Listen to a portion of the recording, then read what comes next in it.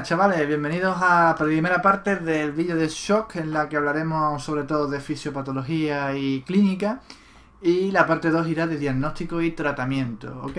Bien, vamos a empezar con la definición de shock, que qué es, lo más importante como siempre, y es una insuficiencia cardiocirculatoria aguda. ¿Qué significa esto? Pues bien, dos cosas. O que la célula no está haciendo buen uso del oxígeno que le llega, o bien, perdón, no se está consiguiendo el aporte de oxígeno a la célula. Esto trae como consecuencia un aumento del metabolismo anaerobio y como consecuencia un aumento de concentración de lactato en sangre. ¿Vale? Bien, etiología y mecanismos, tipos de shock. ¿Qué tipos de shock hay? Tenemos bien el hipovolémico, bien el distributivo, el cardiogénico y el obstructivo.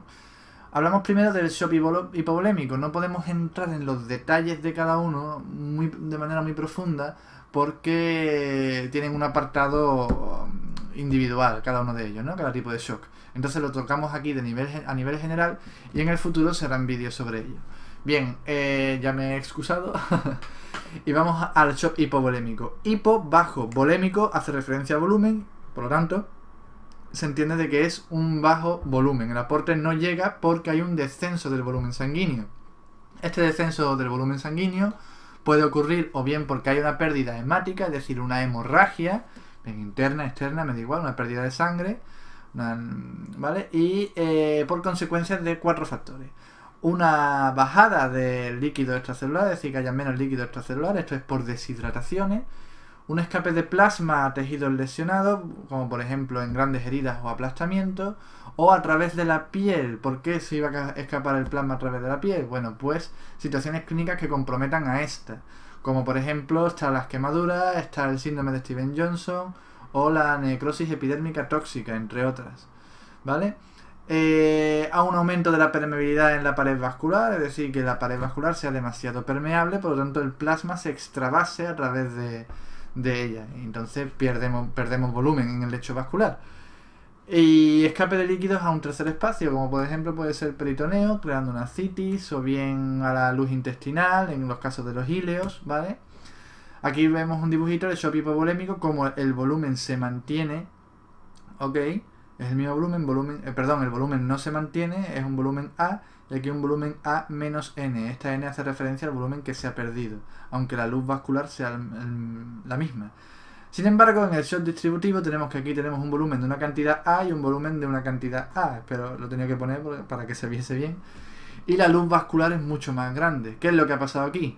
Pues que hay una dilatación de los vasos sanguíneos, hay un aumento de la luz vascular, una reducción de la resistencia vascular, y tenemos que parece que hay menos volumen, pero realmente no es que haya menos volumen, es que la luz es más grande, ¿vale? Entonces es una hipovolemia relativa. A esta situación es lo que se conoce como shock distributivo, en donde metemos a tres tipos de shock: el séptico, causado por una infección, el anafiláctico, causado por el propio sistema inmune, y el neurógeno, causado por compromisos del sistema nervioso. También tenemos el shock cardiogénico, es aquel shock que sucede con un origen a nivel del corazón, ¿vale? Cardio, corazón, génico, origen. Y shock obstructivo, que como su propio nombre indica, es por una obstrucción. Vale. Vamos ahora a las consecuencias fisiopatológicas, y van a suceder tres cosas. La primera, reacciones compensatorias, pero cuando las reacciones compensatorias fallen va a haber alteraciones metabólicas y electrolíticas, y estas nos van a llevar en última instancia a una isquemia tisular que va a finalizar con la necrosis y muerte de tejidos. Veamos primero las reacciones compensatorias. Lo que va a intentar el cuerpo compensar, además de manera teórica, entre comillas, rápida, no son como las reacciones compensatorias, por ejemplo, que suceden en la hipertensión arterial crónica, en la que hay una hipertrofia concéntrica del corazón y que mantiene el tema compensado durante años. No, aquí van a ponerse en marcha pronto y van a claudicar pronto estos mecanismos de compensación. A saber, van a intentar, mantener ese poco aporte de oxígeno que hay, lo van a intentar llevar a los órganos que realmente sean importantes. ¿Cuáles son? Cerebro y corazón, pulmones, ¿ok? Y la circulación periférica, los músculos, van a estar un poco más desprovistos de ese oxígeno porque va a llegar menos sangre a ellos. Entonces, ¿cómo se consigue mantener la circulación central? Y no me enrollo más. Mediante dos mecanismos. Uno es la respuesta adrenérgica, mediante activación del sistema nervioso simpático y liberación de adrenalina por parte de las glándulas suprarrenales. Y activación del sistema renina-angiotensina-aldosterona, secreción de ADH, de hormona antidiurética o vasopresina también llamada, y cortisol.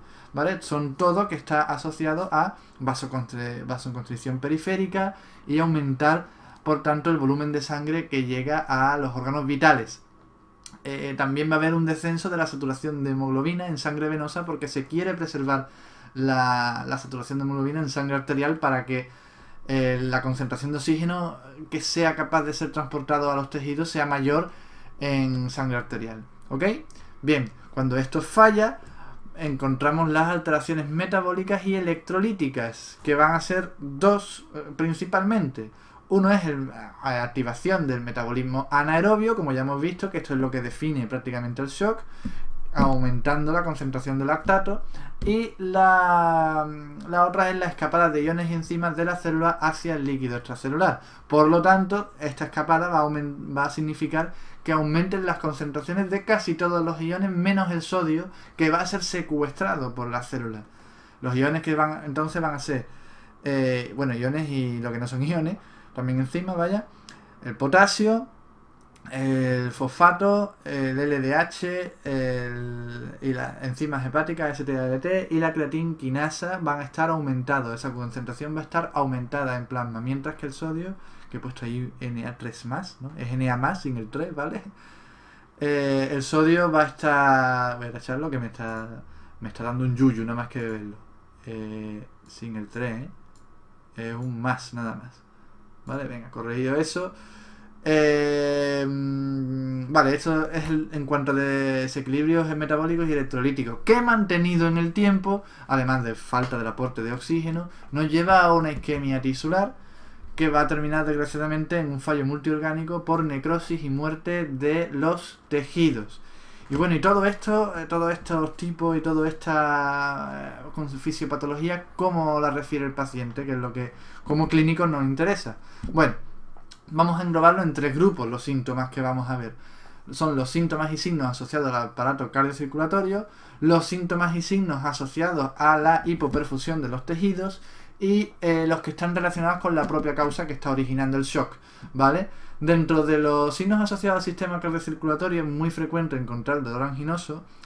Es frecuente encontrar dolor anginoso, sobre todo en el shock de tipo cardiogénico, obviamente, porque su origen está ahí, por un infarto, etcétera. Pero lo que realmente lo define, o casi lo define, porque no son constantes estos síntomas, son la taquicardia y la hipotensión. La taquicardia no siempre está presente, a veces está presente la bradicardia en fases evolucionadas porque ya el corazón no puede más, ha fallado, y la falta de oxígeno le llega también al corazón. El mecanismo de compensación falla y al corazón se queda sin fuerza para ir deprisa y para bombear sangre, por lo tanto entramos en bradicardia. Hipotensión, que tiene que estar por debajo de los 90 milímetros de mercurio de presión sistólica, o bien haber un incremento negativo de más de 40 milímetros de mercurio. Es decir, si normalmente la tensión de un paciente es 160 y nos lo encontramos en 110, eso es un descenso de más de 40 milímetros de mercurio y es sugestivo de que esté en un shock. Si está la presión arterial media, que es el resultante de sumar 1/3 de la presión sistólica más 2/3 de la presión diastólica, si esa operación se encuentra por debajo de 65 milímetros de mercurio, también es sugestiva es una hipotensión que la podemos marcar sugestiva de sepsis, digo yo, de shock.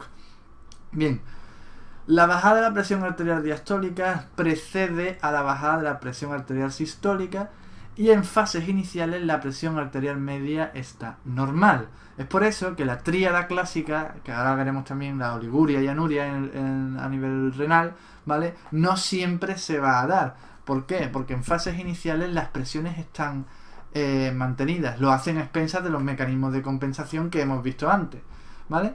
La ingurgitación de las venas yugulares es baja, salvo en taponamiento cardíaco, tromboembolismo pulmonar y neumotoras a tensión, ¿vale? Y simplemente eso. De aquí lo más importante es la taquicardia y la hipotensión. Síntomas y signos de hipoperfusión tisular. Claro, hemos definido que con shock como que el oxígeno no llega a los tejidos. Por lo tanto, esos tejidos que no están funcionando nos van a dar síntomas.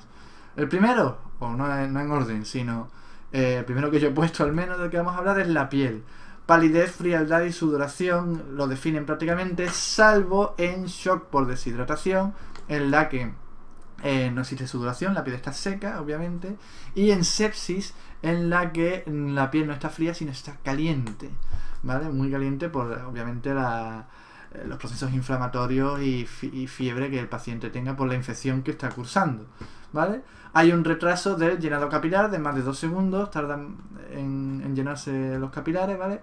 Y nos vamos a síntomas del sistema nervioso central, que los primeros que nos vamos a encontrar son los producidos por los propios mecanismos de compensación. Hemos dicho que se activa el nervioso simpático, hay cortisol, hay una situación de estrés física que se manifiesta en el sistema nervioso, ¿no? Entonces tenemos ansiedad, inquietud, confusión, agitación, y ya en fases más tardías de la enfermedad o evolutivas del shock, mejor dicho, pues tenemos somnolencia, estupor, coma y focalidad neurológica. Todo ello producido por la falta de oxígeno al cerebro o médula espinal, ¿vale? Bien. Renal, tenemos oliguria, a nivel renal tenemos oliguria y anuria, que es otro de los 3 ítems clásicos para definir shock. Y insuficiencia aguda, obviamente, ¿no? Otros signos de insuficiencia aguda. A lo mejor podemos encontrarnos la creatinina alta, ¿no? Y ese tipo de historias.